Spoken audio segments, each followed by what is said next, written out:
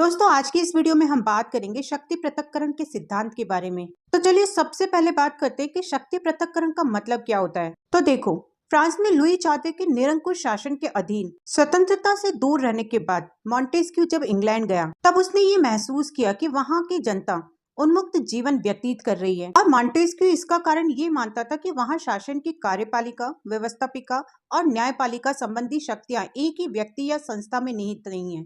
और फिर जब वो इंग्लैंड की शासन व्यवस्था को अध्ययन करके लौटा तब उसने स्पिरिट ऑफ द लॉज नाम की एक बुक लिखी और फिर इस बुक में उसने एक नए सिद्धांत का प्रतिपादन किया जिसका नाम था शक्ति पृथक्करण का सिद्धांत। वास्तव में देखा जाए तो ये जो सिद्धांत था ये फ्रांसीसी सम्राट के निरंकुश शासन के विरुद्ध एक प्रतिक्रिया थी, जिसमें उसने ये प्रतिपादित किया कि शासन के तीनों अंगों कार्यपालिका, व्यवस्थापिका और न्यायपालिका का संचालन अलग अलग लोगों द्वारा किया जाना चाहिए, क्योंकि ये तीनों शक्तियां एक के हाथ में होने से उन पर कोई अंकुश नहीं रहेगा और इस वजह से व्यक्तियों की जो स्वतंत्रता है वो सुरक्षित नहीं रह पाएगी। मॉन्टेस्क्यू ने ये भी लिखा कि जब व्यवस्थापिका और कार्यपालिका की शक्तियां एक ही व्यक्ति या समुदाय के हाथ में केंद्रित होती है तो किसी प्रकार की स्वतंत्रता नहीं रह जाती, क्योंकि अगर न्यायाधीशों की शक्तियों को व्यवस्थापिका और कार्यपालिका की शक्तियों से अलग नहीं किया गया तो जनता को स्वतंत्रता प्राप्त नहीं होगी। इसलिए वो इन तीनों विभागों को अलग अलग संस्थाओं को सौंपना चाहता है। मॉन्टेस्क्यू कहते हैं कि शासन के तीन अंग होते हैं, व्यवस्थापिका, कार्यपालिका और न्यायपालिका, और जब ये तीनों अंग अपना अपना काम करें और एक दूसरे से अलग रहें तो इसे शक्ति पृथक्करण कहते हैं।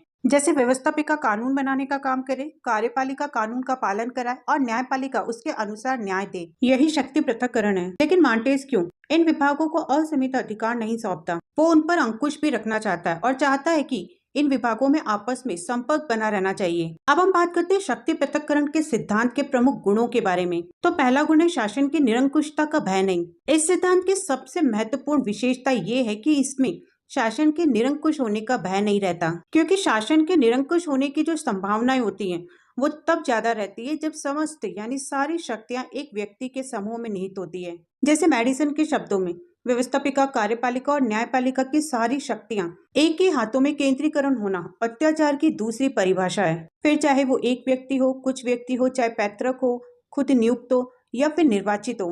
लेकिन शक्ति पृथक्करण सिद्धांत पर आधारित व्यवस्था में सारी शक्तियां एक ही व्यक्ति या एक ही समूह में केंद्रित नहीं होती, बल्कि उसके तीनों अंगों में समान रूप से शक्तियों को बांटा जाता है। इसलिए इसमें निरंकुश शासन का डर नहीं रहता। दूसरा गुण है कुशल एवं सक्षम शासन। आधुनिक युग में राज्य का जो काम है वो केवल व्यवस्था स्थापित करना और बाहरी आक्रमण से रक्षा करना ही नहीं रह गया है, बल्कि उसका कार्य क्षेत्र बहुत ज्यादा विस्तृत हो गया है और शासन के किसी एक अंग द्वारा सभी कार्यों को करना असंभव है। इसलिए पृथक्करण के द्वारा विभिन्न अंगों को सीमित कार्य ही सौंपे जाते हैं। कार्य की अधिकता न होने के कारण तीनों विभाग अपने अपने कार्यों में निपुण हो जाते हैं और ज्यादा कुशलता से कार्य करते हैं। तीसरा गुण है शासन में स्थायित्व। इसमें शासन के तीनों अंग स्वतंत्र रहते हैं और वो किसी दूसरे विभाग के प्रति उत्तरदायी नहीं होते। कार्यपालिका का कार्यकाल व्यवस्थापिका की इच्छा पर निर्भर नहीं रहता, बल्कि संविधान द्वारा निर्धारित होता है। इसलिए निश्चित समय तक बिना किसी डर के काम करती है और दीर्घकालीन यानी लंबे समय तक नीतियां बना सकती है। चौथा गुण है स्वतंत्र न्यायपालिका। न्यायपालिका पर किसी भी प्रकार का नियंत्रण या दबाव नहीं रहता, इसलिए वो निर्भीक होकर यानी बिना किसी डर के जनता को न्याय दे सकती है।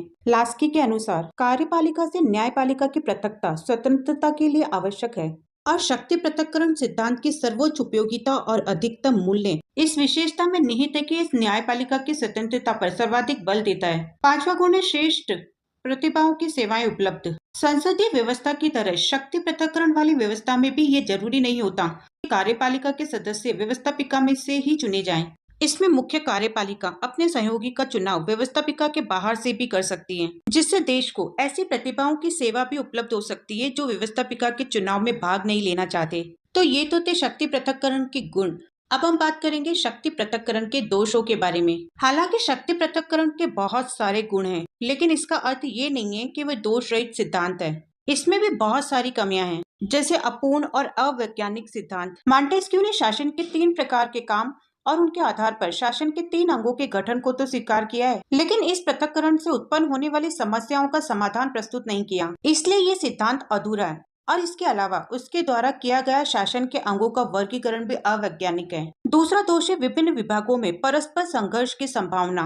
इस सिद्धांत पर आधारित व्यवस्था में शासन के अलग अलग अंगों में टकराहट की स्थिति बनी रहती है। इन विभागों में मतभेद की स्थिति होने पर या एक विभाग में एक दल या दूसरे विभाग में दूसरे दल का बहुमत होने पर संघर्ष की स्थिति पैदा हो सकती है। जैसे कार्यपालिका संसद द्वारा बनाए गए कानूनों का ठीक तरह से पालन नहीं कराएगी और संसद कार्यपालिका की इच्छा अनुसार कानून बनाने से इनकार कर देगी। तीसरा दोष है क्रियाशीलता में कमी। शक्ति पृथक्करण के कारण शासन के अलग अलग अंगों में सामंजस्य का अभाव पाया जाता है, जबकि उद्देश्यों की प्राप्ति के लिए जरूरी है कि संसद द्वारा बनाए गए कानूनों का पालन कार्यपालिका ठीक प्रकार से करे, क्योंकि ऐसा न करने पर शासन की क्रियाशीलता और क्षमता में कमी आ जाती है। चौथा दोष है शक्ति पृथक्करण असंभव। गार्डनर के अनुसार व्यवहार में संसार में ऐसा कोई भी राज्य राष्ट्रपति प्रणाली वाला राज्य भी नहीं है जहां कार्यपालिका का क्षेत्र व्यवस्थापिका के कार्य क्षेत्र से बिल्कुल अलग हो और स्वतंत्र हो, कि शासन के तीनों अंग एक दूसरे से जुड़े हुए होते हैं और उन्हें अलग करना असंभव होता है। देखा जाए तो जनरली कानून बनाना व्यवस्थापिका का काम है, लेकिन कई बार न्यायालय द्वारा कानून की जो व्याख्या या निर्णय दिए जाते हैं उनका महत्व भी कानून के समान ही होता है। इसलिए कानून बनाने के कार्य क्षेत्र में केवल व्यवस्थापिका का अधिकार नहीं है। पांचवा दोष है गलत विश्लेषण। मॉन्टेस्क्यू ने अपनी शक्ति पृथक्करण के सिद्धांत का आधार ब्रिटिश शासन व्यवस्था को बनाया है। वहाँ के शासन का अध्ययन और विश्लेषण करके उसने इस सच को स्वीकार किया कि शक्तियों के निरंकुश होने की संभावनाएं नहीं रहती और व्यक्ति की स्वतंत्रता के हनन का डर भी नहीं रहता। लेकिन ब्रिटेन में संसदीय पृथक्करण से शासन व्यवस्था है, इसलिए वहाँ पर कार्यपालिका और व्यवस्थापिका एक दूसरे से स्वतंत्र नहीं है, इसलिए उनका ये सिद्धांत गलत विश्लेषण का परिणाम माना जाता है। छठा दोष है स्वतंत्रता के लिए शक्ति पृथक्करण जरूरी नहीं है। ये सिद्धांत व्यक्ति की स्वतंत्रता के लिए शक्ति पृथक्करण को जरूरी मानता है, लेकिन ये जरूरी नहीं है। संसदीय व्यवस्था वाले देशों जैसे इंग्लैंड, भारत में व्यक्तियों को बहुत सारी तरीके की स्वतंत्रताएं प्रदान की गई हैं, जबकि वहाँ पूरी तरह से शक्ति पृथक्करण नहीं है, क्योंकि इसके लिए जनता का जागरूक होना जरूरी है। तो ये थे शक्ति पृथक्करण के गुण और दोष।